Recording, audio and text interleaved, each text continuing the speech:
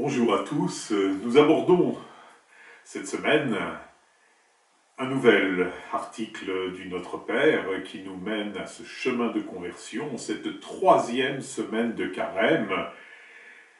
Pardonne-nous nos offenses, comme nous pardonnons aussi à ceux qui nous ont offensés. C'est une très grande étape parce que nous allons franchir ce que l'on appelle en montagne la ligne des serpents. Nous allons continuer notre ascension vers le Père avec Jésus, à la suite de Jésus, et nous allons franchir un seuil qui va nous apporter une grande libération.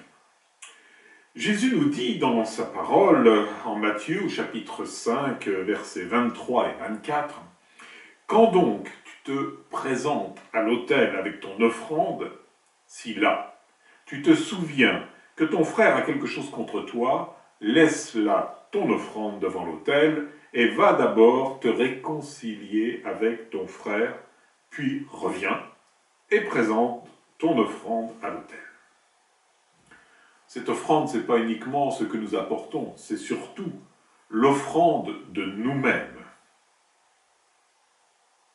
Les non-pardons sont des liens extrêmement puissants qu'il est indispensable pour nous de couper si nous voulons avancer dans l'ascension vers le Père.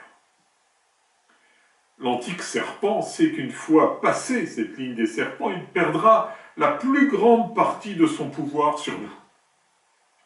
Et il ne pourra plus nous blesser au talon et nous infuser son venin, aussi bien celui de la rancœur et de la haine. Pardonner, c'est donc prendre de l'altitude. Et en montagne, à une certaine altitude, les serpents ne peuvent plus monter. Ils ne sont pas faits pour les hautes altitudes. Eh bien, il en est de même dans nos vies. Trouver la force de pardonner ne peut s'enraciner que dans le fait que Dieu nous a pardonné le premier. Les fautes commises envers le Père sont infiniment supérieures au nombre que celles qui sont commises contre nous. Et souvenons-nous de la parabole du débiteur impitoyable dans Matthieu 18 au verset 23 et 35, à qui le maître pardonne et remet la dette, et qui, en sortant, ne remet pas une petite dette que quelqu'un avait envers lui. Rappelons-nous des conséquences terribles de cette attitude. Jésus est mort sur la croix pour le pardon de nos péchés. Il n'a pas fait semblant de souffrir et de mourir. Il a réellement souffert, il est réellement mort, mais aujourd'hui ressuscité, il nous redonne la vie.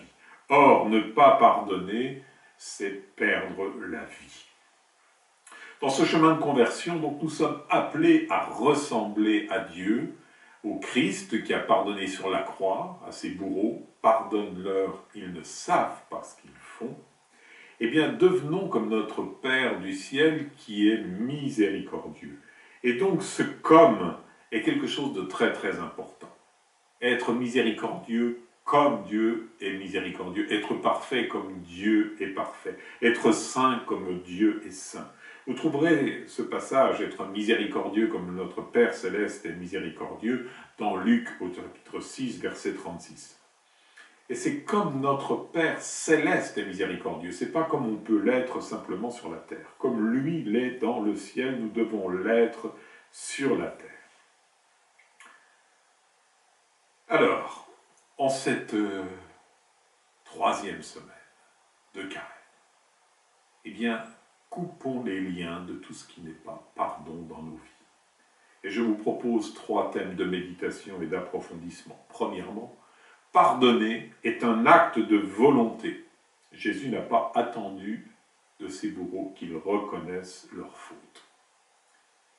Deuxièmement, demandons à l'Esprit Saint de nous donner la force de pardonner et de nous inspirer la manière de le faire.